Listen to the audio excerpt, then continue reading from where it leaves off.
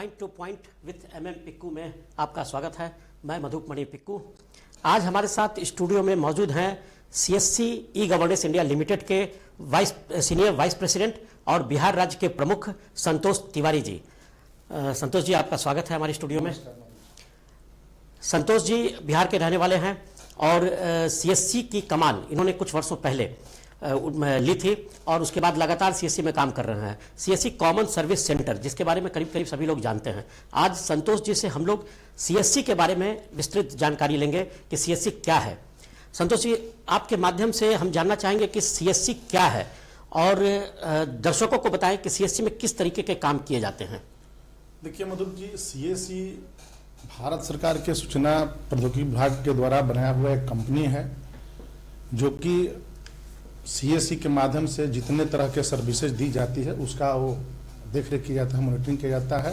अब समझिए कि जो कॉमन सर्विस सेंटर है वो डिजिटल एक विंडो है जिसके माध्यम से सरकारी और गैर सरकारी सेवाओं को जो पंचायत के हमारे लोग हैं और जो शहर के लोग हैं उनको ऑनलाइन सुविधा प्रोवाइड की जाती है। संतोष जी, CSC और किस तरह की सुविधाएं देती है और बिहार में इसके कितने केंद्र हैं? वैसे तो देश में बहुत सारे केंद्र होंगे, लेकिन आप तो वाइस प्रेसिडेंट हैं, नेशनल लेवल पर आप काम करते हैं, लेकिन आप बिहार के राज्य प्रमुख भी हैं, तो बिहार में इसके कितने केंद्र हैं? देखिए, मैं अब CSC कॉमन सर्विस सेंटर की बात करूं तो बिहार में लगभग 69,000 कॉमन सर्विस सेंटर हैं जो काम कर रहे हैं। और सर्विस का बात करूं तो भारत सरकार के, राज्य सरकार के जितने सरकारी ऑनलाइन सर्विसेज हैं और गैर सरकारी ऑनलाइन सर्विसेज, जैसा मैंने आपको बताया, वो सारी ऑनलाइन सर्विसेज CSC के माध्यम से दी जाती है। जैसे मैं बताऊं कि आपका एजुकेशन का क्षेत्र हो, हेल्थ का क्षेत्र हो, आपका एग्रीकल्चर का क्षेत्र हो, जितने तरह के क्षेत्र हैं लगभग उस सारे क्षेत्र से ऑनलाइन सर्विस जितने आते हैं जो ग्रामीण जनता को और अर्बन एरिया के लोगों को दी जाती है, सभी लोगों को ऑनलाइन सुविधा दिया जाता है। जैसे आपका अभी PM विश्वकर्मा का मैं बात करूँ, ई श्रम का बात करूँ, आयुष्मान भारत का बात करूँ, किसी को आधार कार्ड बनाना है, पैन कार्ड बनाना है, वित्तीय समावेशन से रिलेटेड वर्क है, अकाउंट ओपनिंग करना है, आधार इनेबल पेमेंट निकालना है, आधार इनेबल पेमेंट का जो काम होता है। हम लोग बिहार सरकार का बात करें, लेबर रजिस्ट्रेशन, किसान रजिस्ट्रेशन, सोशल वेलफेयर के जो हमारे जो दिव्यांग हैं, विडो हैं और जिस तरह के जो बेनिफिशियरी हैं सभी लोगों का लाइफ सर्टिफिकेशन CSC के माध्यम से बनता है। तो सबसे बड़ी बात है कि आज के डेट में जो ग्रामीण जनता है, ये CSC का मुख्य उद्देश्य क्या है? ये उद्देश्य है कि जो सुदूर इलाके में रहते हैं, जो समाज से वंचित वर्ग के लोग हैं, जिनको लैपटॉप, जिनको मोबाइल केवल लोग मैंने देख पाते हैं, चला नहीं पाते हैं और सरकार की जितना योजना है उस योजना से लाभान्वित नहीं हो पाते हैं, जिनको बिहार सरकार किसी को श्रम कार्ड अगर बनवाना है तो उसको पता है कि श्रम कार्ड बनता है लेकिन कहाँ बनता है, किसी को आयुष्मान भारत कार्ड बनवाना है तो कहाँ बनता है। अगर अभी PM विश्वकर्मा चल रहा है, बहुत दिनों से हम लोग करीब 6 लाख के आसपास PM विश्वकर्मा भी बिहार में मिशन कराएं, तो कहाँ होता है? तो ऐसे समाज के लोगों के लिए कॉमन सर्विस सेंटर है जो एक डिजिटल विंडो के रूप में काम करता है और वहाँ जो हमारे सुदूर इलाके के लोग हैं, जो वंचित समाज के लोग हैं, उस कॉमन सर्विस सेंटर पर आके अपना सारा जो भी ऑनलाइन सेवाएं लेना होता है लेते हैं। अभी फिलहाल में मैं बात करूं, आधार अपडेशन का जो काम है, किसी को अगर लगता है कि नहीं मेरा मोबाइल नंबर मिस हो गया है या चेंज करवाना है या अपना नाम चेंज करवाना है, डेट ऑफ बर्थ चेंज करवाना है, तो कॉमन सर्विस सेंटर के माध्यम से अपना सब चीज़ कर लेते हैं। किसी का अकाउंट ओपन करना है, अभी हम लोग के पास सारे हम लोग अपना जो भी होता है UPI के तहत या भीम ऐप के द्वारा हम उसको अपना पैसा ट्रांसफर कर लेते हैं। लेकिन गाँव के लोग जो हैं, जिनको लगता है कि नहीं उनका लड़का बाहर पढ़ रहा है या किसी पैसा लेना है या कुछ ऐसा पैसा ट्रांसफर करना है, तो कॉमन सर्विस सेंटर के माध्यम से वो अपना किसी भी वित्तीय समावेशन का कार्य वो करते हैं।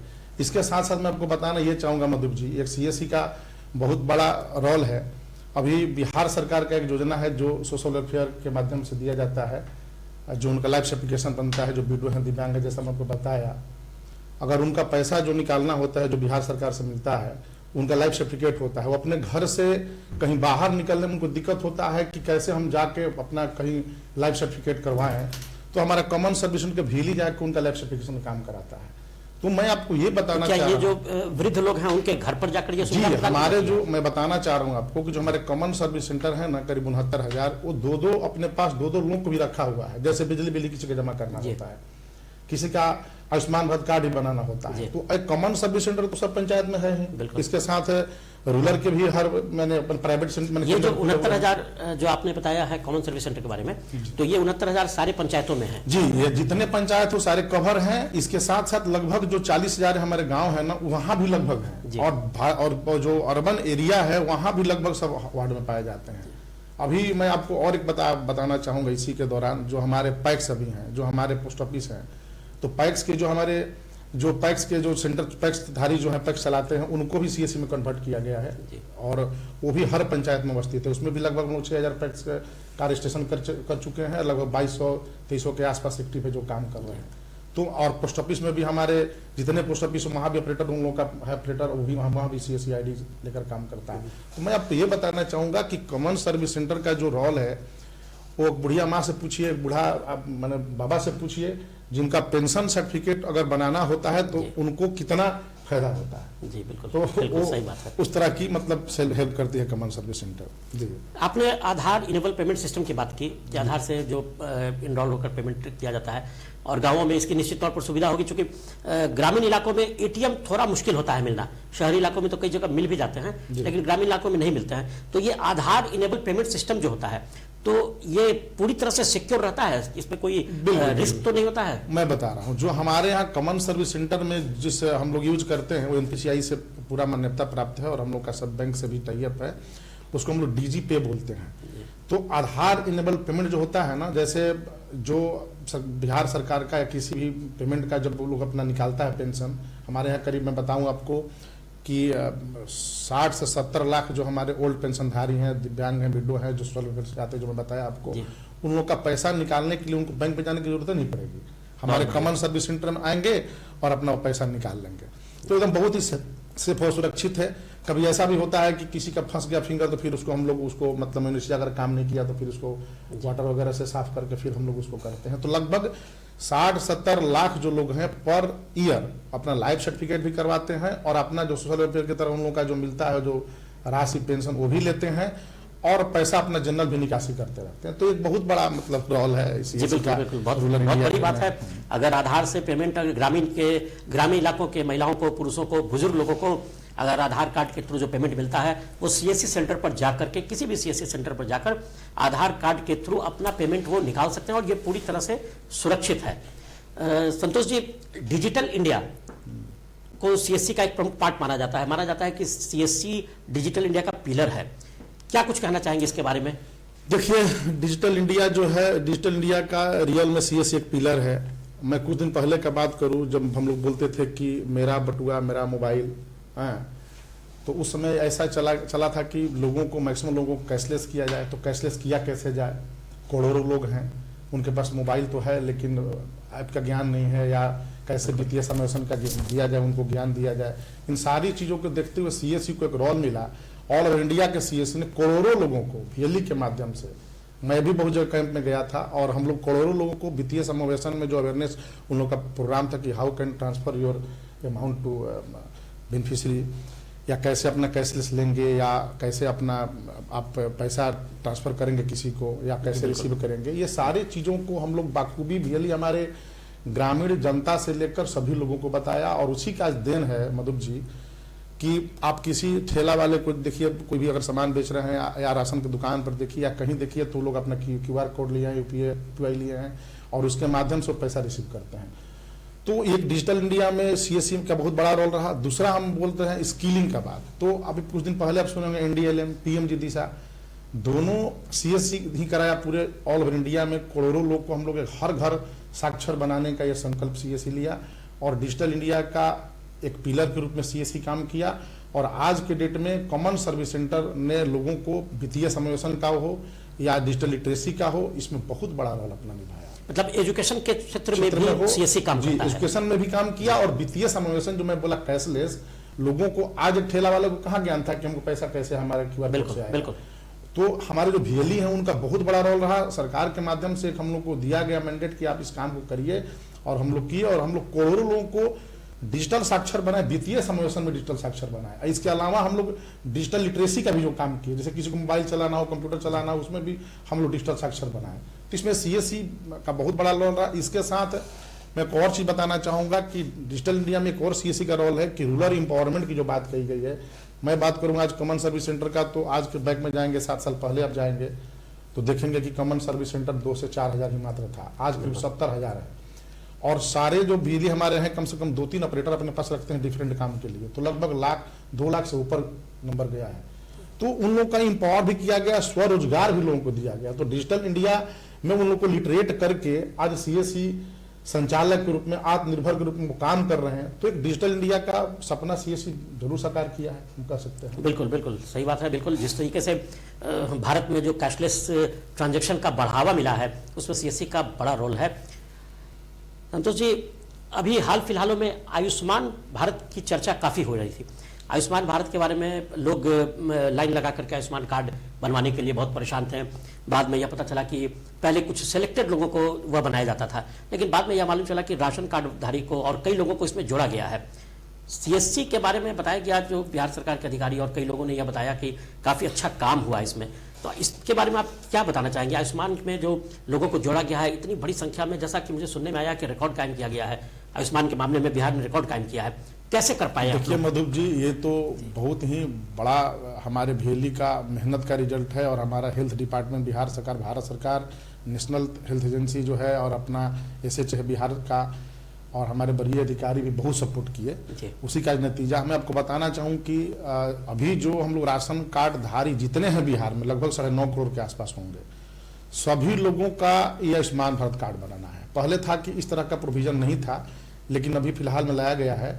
और हम लोग जिस दिन हमारे सरकार की तरफ से हम लोग के साथ मीटिंग थी, उसमें बताया गया कि आप लोग मैक्सिमम लोग को टच करें, और उसमें ये बताया गया कि राशन कार्ड धारी जो है उन लोगों को बनाना है, और जितने हमारे पीडीएस शॉप है उनके पास भेली को बैठाना है।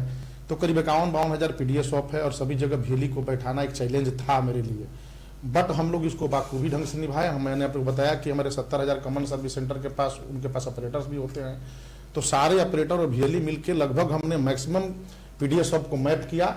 और जितने हमारे पीडीएस शॉप हैं उन लोगों को ये बताया गया कि आप लोग अपने यहाँ गांव के लोगों को जाके बताइए कि कॉमन सर्विस सेंटर के माध्यम से पीडीएस शॉप पे ये आयुष्मान भारत कार्ड बनाया जाएगा। तो हर जगह बहुत भारी संख्या में लोग जिनके पास राशन कार्ड है वो लोग आए, और उस मुहिम में हम लोग लगभग बता रहे हैं आपको कि 2 तारीख से 12 तारीख तक का ड्राइव था। फिर तो आचार संहिता लागू हो गया, हम लोग ड्राइव बंद कर दिए।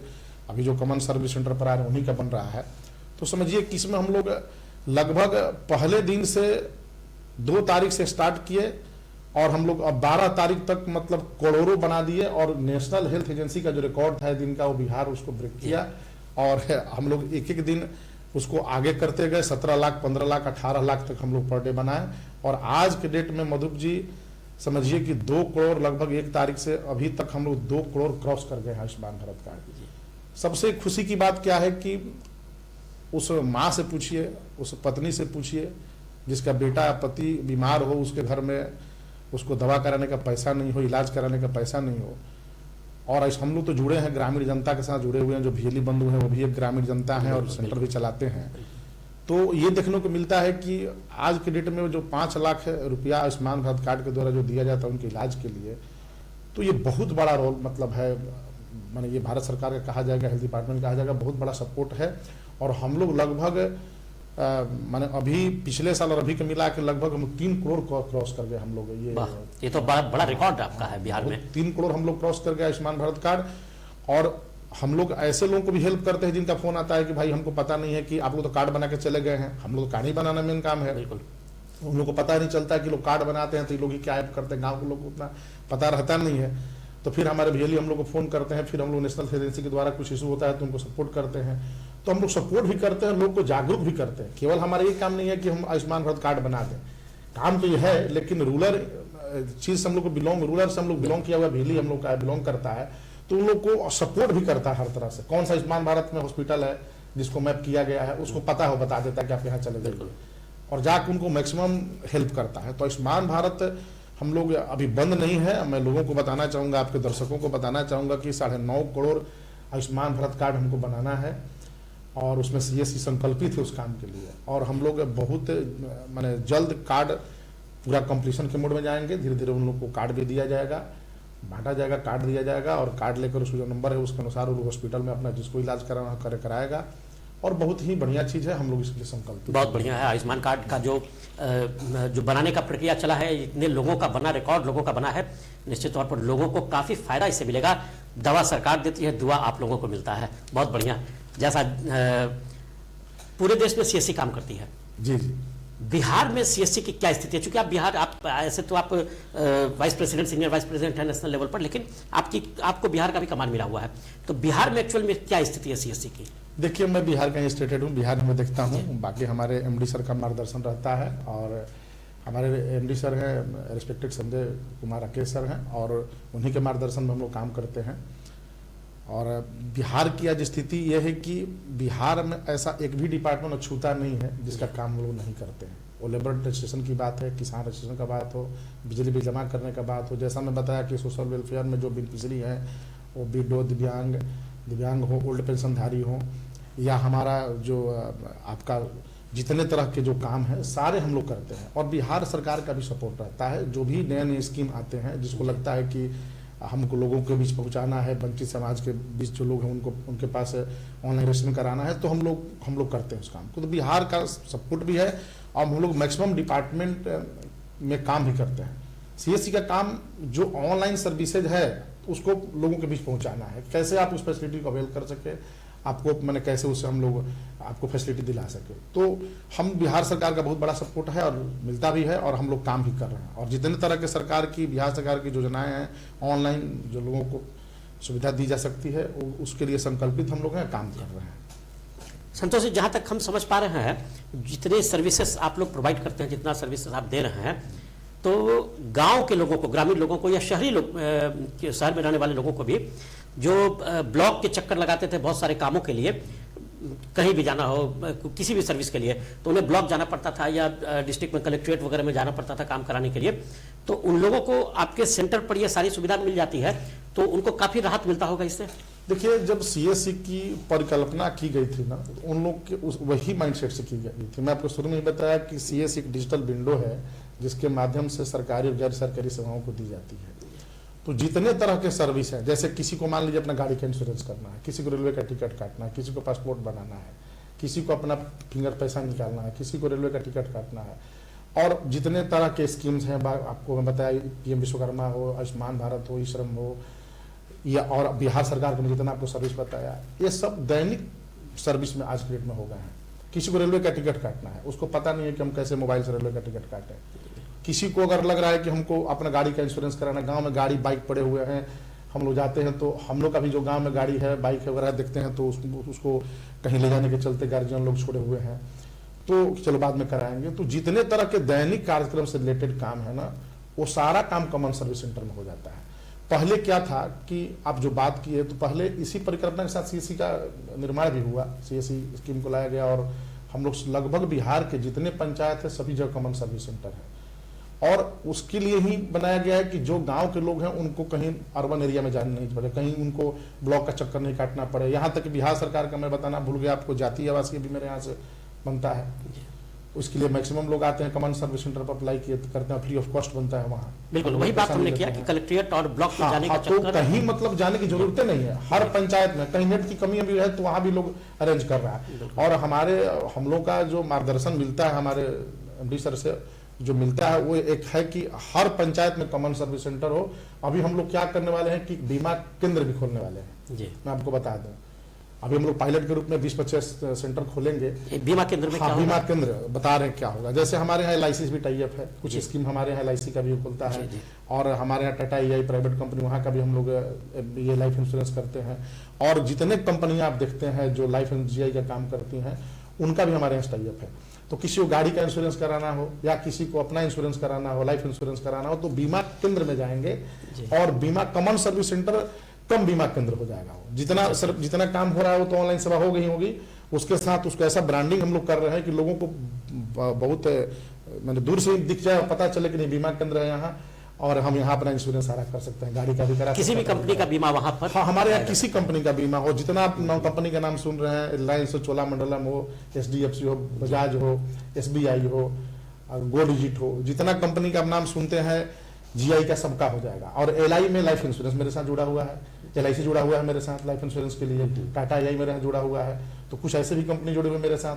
तो मेन औचित्य यही है कि लोगों को किसी भी काम के लिए, वो अपना, मैं बताया आपको कि सरकारी और गैर सरकारी जो भी काम हो, किसी काम के लिए उसको बाहर जाने की जरूरत ही नहीं पड़ेगी कॉमन सर्विस सेंटर से बाहर। उसको मतलब कॉमन सर्विस सेंटर से ही सारा काम हो जाएगा। तो इसके लिए हम लोग ये इस पर और भी काम कर रहे हैं। हम लोग ज्यादा ज्यादा ब्रांडिंग, जैसे किसी किसी का मान लीजिए सेंटर पर अपना सीएससी लिखा हुआ है, थोड़ा धूमी लग रहा है, तो लोग बोलते नहीं भाई ऐसा ब्रांडिंग करो कि लोग को पता चले कि नहीं एकदम कॉमन सर्विस सेंटर लिखा हुआ है। और सर्विस का भी हम लोग ब्रांड वहाँ जो नेम लिखते हैं और राशि भी लिखते हैं, किस राशि का क्या चार्जेज है नहीं है, ताकि लोगों को पता चले। अच्छा, ये राशि जो क्लाइंट आते हैं, जो लोग आते हैं बीमा कराने के लिए या फिर जो किसी भी सर्विस के लिए जो लोग आते हैं, तो उनको पे करना पड़ता होगा जो राशि है? दो चीज है मधुर जी। पहला है कि दो तरह के हैं, एलआईसी वगैरह में तो बिजली बिल में या जो भी है ऐसे चीज है, किसी हम लोग को पेमेंट हम लोग को एक्स्ट्रा नहीं मिलते हैं। नहीं, एलआईसी बिजली बिल तो ठीक है, वो तो पेमेंट जो उनका होता है वो मिलता है। लेकिन जो अन्य सर्विसेज हैं उसमें जैसे आपने बताया आधार सुविधा का केंद्र हो गया, मैं बता रहा हूँ आधार लेवल पेमेंट हो गया, उसको आधार लेवल पेमेंट के लिए उनको एक पैसा नहीं देना है जी। अपना ई श्रम कार्ड बनवाने के लिए एक पैसा नहीं देना है, आयुष्मान भारत के लिए पैसा नहीं देना है, उनको ई श्रम के लिए पैसा नहीं देना है, पीएम विश्वकर्मा के लिए नहीं देना है। लेकिन आधार में अपडेट करना है, आधार बनाना है, उनके लिए कुछ अलग अलग राशि है। अच्छा, तो ये जो उसमें वो सरकार से जो मतलब सरकार के द्वारा बताए हुए राशि पर हम लोग काम करते हैं।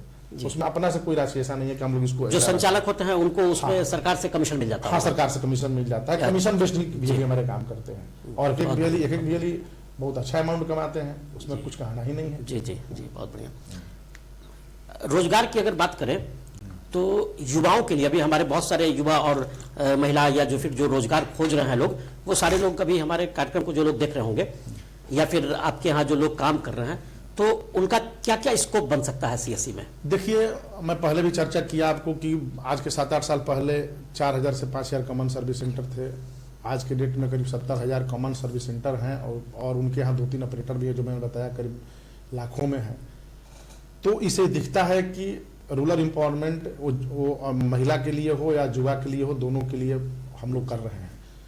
कोई भी युवा अगर डिजिटली लिटरेट हैं, और मैं तो देख रहा हूँ कि लॉकडाउन में बहुत लोग ऐसे आए थे जो बीसीए किए हुए, टेक्निकल साउंड है, लगा कि नहीं मुझे बाहर नहीं जाना है, मैं अपने ही गांव में सेंटर खोल के चलाऊं। तो अभी भी सीएससी, ऐसा नहीं है कि सीएससी हर जगह मैंने खुल गया हर पंचायत में, तो अभी हम नहीं कर सकते हैं। अभी भी सीएससी का उतना ही डिमांड है। पॉपुलेशन के आधार पर देखेंगे तो अभी भी सीएससी खोलने की जरूरत है। तो हमारे जो भी युवा वर्ग हैं जो डिजिटली लिटरेट है, उनके लिए मेरी तरफ से एक सुझाव है कि आप कॉमन सर्विस सेंटर से जुड़ के एज ए एंटरप्रेन्योरशिप आप काम कर सकते हैं। और इसमें असीम संभावना है इनकम का। ऐसा नहीं है कि एक जो हमारे एम्प्लॉय लोग होते हैं, डिस्ट्रिक्ट मैनेजर पंचायत में 2-3 जी जी जी हमारे अंदर जो डिस्ट्रिक्ट मैनेजर होते हैं और जो भी हमारे अंदर में एम्प्लॉय है, उन लोगों का तो सैलरी एक फिक्स है कितना मिलता है। लेकिन इसमें असीम संभावना, मैं इसलिए बोल रहा हूँ मधु जी कि इसमें जितना आप काम करिएगा उतना कमीशन है, और काम का कोई लिमिटेशन नहीं है। जितना काम करना आपको रिटर्न पे करना भी होता है। इतनी सारी सर्विसेज हैं कि काम तो काफी है इसमें। तो मुझे तो लगता है कि अगर 24 घंटा भी सेंटर खोल के बैठे तो शायद काम पूरा नहीं कर पाएंगे लोग। जी जी जी। तो इसमें तो ये एक तरह से समझिए कि स्वरोजगार सहित एकदम है, व्यवसाय भी कह सकते हैं। अपने को आत्मनिर्भर बनाइए। जी बिल्कुल, आत्मनिर्भर बनाइए। वेरी गुड, बहुत बढ़िया। संतोष जी, कुछ व्यक्तिगत सवाल आपसे करना चाहूंगा अगर इजाजत हो आपकी तो। पूछिए। क्योंकि इस कार्यक्रम में हम लोग पॉइंट टू पॉइंट, ये हम लोग का कार्यक्रम का यह नाम है, और इसमें हम लोग कुछ जो सवाल जवाब, कुछ सोशल होता है, कुछ पॉलिटिकल होता है, कुछ आपके प्रोफेशन से रिलेटेड होता है, कुछ व्यक्तिगत सवाल भी होते हैं। जी जी, पूछिए। व्यक्तिगत सवाल चूंकि बिना इजाजत के नहीं पूछा जा सकता है, इसलिए एक व्यक्तिगत सवाल आपसे पूछना चाहूंगा कि आपने बताया कि आपके कॉमन सर्विस सेंटर 69,000 के करीब में है, मान के चलते हैं 70,000 के करीब में है। तो आपका जब का रिकॉर्ड होगा तब तक में और बन भी गए होंगे, कई बने होंगे। तो ये 70,000 कॉमन सर्विस सेंटर, इतनी सारी सुविधाएं, इतनी सारी सेवाएं जो है, कई तरह की सेवा है। हमको लगता है कि मुझे 50 से ऊपर सेवा होगी, 100 से ऊपर सेवा होगी, बहुत सेवा है। और आपके साथ काम करने वाले बिहार की टीम में कई लोग भी होंगे, काफी लोग होंगे। कैसे मैनेज करते हैं पर्सनल लाइफ और प्रोफेशनल लाइफ को? ये तो बड़ा आपका डिफिकल्ट क्वेश्चन है, लेकिन खैर इसमें देखिए क्या है कि हम 7-8 साल से मैं सीएससी में काम करते आ रहा हूँ। तो जो हमारे सानिध्य वाले जो एम्प्लॉय हमारे हैं, डिस्ट्रिक्ट लेवल को, स्टेट लेवल के हो, मैं हूँ, हम लोग का एक टाइम टेबल है कि जैसे हम लोग को किससे कब बात करना है। शुरू से शाम तक हम लोग बात करते हैं, काम भी करते हैं फील्ड लेवल पर, और जो लाइजनिंग है वो भी करते हैं हम लोग हैं। लेकिन जो हमारे भियली बंधु हैं जो काम करते हैं, मेन रोल उन्हीं का है। और उन लोगों को लगता है कभी रात में मैं फोन करूंगा सर 9 बजे फ्री रहेंगे, या अभी 8 बजे सर फ्री रहेंगे सुबह में, दिन में तो कहीं मीटिंग में होंगे या कहीं होंगे, तो उन लोग का अक्सर फोन तो आते रहता है, लगता है कि ऑनलाइन घंटी बज रहा है एनी टाइम। तो शुरू में तो लगता था थोड़ा फैमिली लाइफ में कि भाई पूरे दिन ही बिजी ही रहते हैं, ऑनलाइन बन गए हैं, लेकिन धीरे धीरे फैमिली को भी पता चल गया कि नहीं ये जो है इनका इस तरह का जॉब ही है, ये फोन आएगा तो उठाएंगे ही, बात करेंगे ही। तो इस तरह से फैमिली भी अपने को एडजस्ट कर लिया है, जी। और थोड़ा प्रोफेशनल और पर्सनल लाइफ को हम लोग उस तरह से बना लिए हैं कि एडजस्ट कर लेते हैं, दिक्कत नहीं होता है, वो हो जाता है। इतनी व्यस्तम लाइफ में परिवार को कितना समय दे पाते हैं? वही बात है, जो अब हम लोग ऑफिस से 9 बजे रात को गए या 8 बजे गए, जब भी मीटिंग से फ्री होते हैं तो घर में जाते हैं, उसमें बाकी जो समय रहता है परिवार के लिए देते हैं, लेकिन वही जो फोन कभी आ गया तो जवाब भी देना पड़ता है। जो समय मिला परिवार को दिए, जो समय मिला वो अपने सीएससी को दिए। संतोष जी, आपकी शादी तो हो गई होगी? हाँ भाई, शादी हो गई, बच्चा सब भी है। तो ये जो व्यस्त जीवन है आप लोगों का, इतने सारे सेंटर्स, इतने सारे एम्प्लॉय, और उसके बाद आपकी जीवन संगिनी, तो निश्चित तौर पर व्यस्तताओं के बीच उनसे कुछ नोक झोंक भी होती होगी आपकी, कि व्यस्त रहते हैं, समय नहीं देते हैं। मधुप जी कैसे मैनेज करते हैं, कैसे मनाते हैं उनको? अगर वो नाराज हो जाती होंगी तो कैसे मनाते हैं उनको? ये तो स्वाभाविक है, जब पति पत्नी के बीच थोड़ा बहुत नोक झोंक होते रहता है, और ये स्वभाव ये होना भी चाहिए, वो प्रेम का पहचान भी है। बिल्कुल। लेकिन यह है कि कभी कभी हम लोग का कोई घर का ऐसा काम होता है जो हम लोग ऊपर डिपेंड रहता है, हम लोग नहीं कर पाते हैं, कहीं मीटिंग सडनली हो गया, कहीं जाना पड़ गया, तो थोड़ा सा होता है तनाव। लेकिन धीरे धीरे हम लोग बता देते हैं कि भाई जो काम है आप ही लोग के लिए किया जा रहा है, घर परिवार चलाने के लिए किया जाता है, और आपको एडजस्ट करना पड़ेगा। तो जो मैं बताया ना, पहला आपका जो क्वेश्चन था कि अब हैबिट बन गया है, हैबिट सा बन गया कि कैसे हम मैंने एडजस्ट हो गया है कि नहीं, ऑनलाइन का काम कभी भी हो सकता है, कभी फोन उठा सकते हैं। मैं बताऊं आपको, एक बार मैं 12:30 बजे सोने जा रहा था, 1 बजे के पहले हम लोग सो भी नहीं पाते हैं लगभग, आप पर्सनल बात किए तो बताना पड़ गया। तो एक बार उस समय हमारे बिजली के 12:30 बजे के पास फोन आ गया, और मुझे ऐसा भी नहीं था। मैं पूछा क्या बात है भाई, तो बताया कि सर उस दिन में तब बिजी लोग रहते हैं, कभी उठाते हैं, कभी हम लोग नहीं करते हैं कि बिजी होंगे सर, ऐसा ऐसा बात है। तो वो बताना, अब तो उठाना ही पड़ेगा और बताना ही पड़ेगा। तो फैमिली भी एडजस्ट हो गया है लगभग कि आपको इस तरह से करना पड़ेगा, तो चल जाता है। हम लोग एक दूसरे को समझा बुझा काम कर लेते हैं। बहुत बढ़िया। इसका मतलब यह है कि आपकी जीवन संगिनी भी बहुत समझदार हैं और आपके साथ कदम से कदम मिलाकर चलने को तैयार हैं। सपोर्ट तो रहता ही उनका, उनके सपोर्ट का कैसे काम चलेगा। संतोष जी, तो ये तो हो गई जॉब और ये सारी बातें, सेवाएं, सीएससी, सरकार, सब बातें हो गई। पर्सनल, व्यक्तिगत रूप से आप क्या क्या शौक रखते हैं? शौक तो थोड़ा हम संगीत का रखते हैं, क्योंकि देखिए जिस तरह का हम लोग काम है, हम लोग थोड़ा प्रेशर में जरूर रहते हैं। कभी कभी ऐसा लगता है कि नहीं 2-4 दिन के लिए कहीं थोड़ा सा आराम मोड में जाना चाहिए, लेकिन काम है कि हम लोग काम को छोड़ नहीं सकते हैं। थोड़ा संगीत से हम लोग इंजॉय करते हैं, कभी कभी टाइम मिला तो हम लोग थोड़ा गाना वाना सुन लेते हैं, यही कर सकते हैं। आपको सुनना भी चाहिए। गाना गाते भी हैं? ना, गाते तो नहीं है, गाना तो किसको नहीं आता है, लेकिन अब सिंगर नहीं है। किस तरह के गाने का शौक है? हिंदी, भोजपुरी, इंग्लिश? देखिए किस तरह के गानों को सुनते हैं आप? तो एक्चुअली मधुर जी देखिए, हिंदी तो स्वभाव से ही गाना सुनना होता है, और थोड़ा हम लोग भोजपुरी क्षेत्र से बिलोंग करते हैं, तो थोड़ा भोजपुरी भी गाना सुन लेते हैं जो अच्छा गाना लगता है। दोनों गाना सुनते हैं हम लोग। बहुत बढ़िया, बहुत बढ़िया।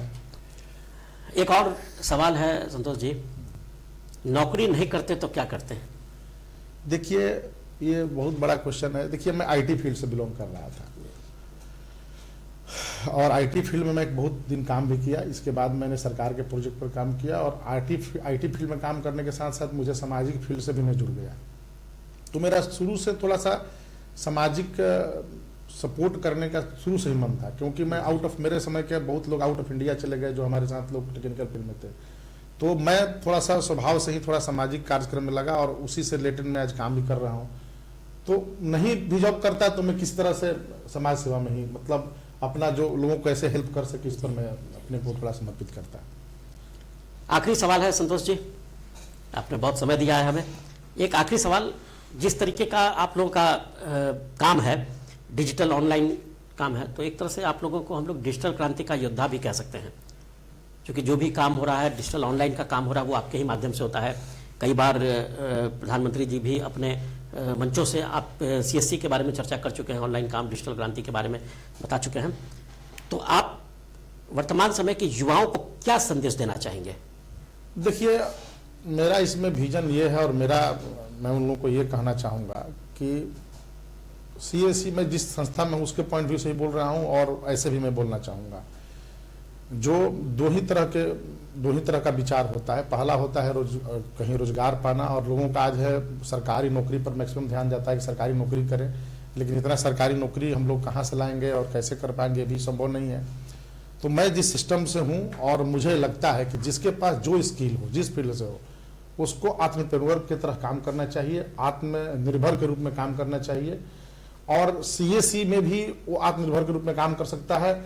इसके साथ साथ जिसके पास जैसा स्किल है, वो लगता है कि बहुत अच्छा स्किल है, जिस फील्ड से है, तो उसको आत्मनिर्भर बन के काम करना चाहिए, जिससे लोगों का भी हेल्प होगा, समाज का भी हेल्प होगा। और वो जितना उसको एफर्ट किसी काम में रख, सरकारी काम में रख के सोचता है कि लगाएं या करें, वो अपने काम में लगाएगा तो और आगे बढ़ेगा। और मैं समझता हूं कि वो एक भविष्य के लिए एक उसका योजनाबद्ध तरीका से एकदम सुदृढ़ रूप से काम कर पाएगा। तो मेरा यही मतलब विचार है, और मैं आपके द्वारा जो दर्शक हैं उनको बताना चाहूंगा कि आत्मनिर्भर के रूप में अगर वो काम करते हैं तो ये बहुत ही बड़ा अपना ड्रीम को पूरा कर पाएंगे और हर तरह से अपने को अच्छा ले जाएंगे। बहुत अच्छा आपने बताया है, युवाओं को संदेश दिया है।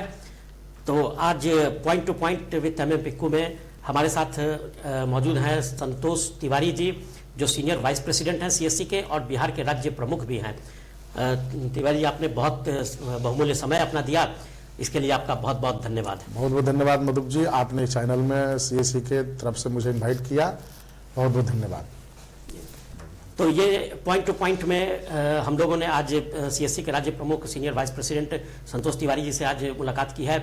आगे इस एपिसोड में हम लोग और नए शख्सियत से मिलेंगे, तब तक के लिए दीजिए हमें इजाजत। आप देखते रहिए अजय भारत। नमस्कार।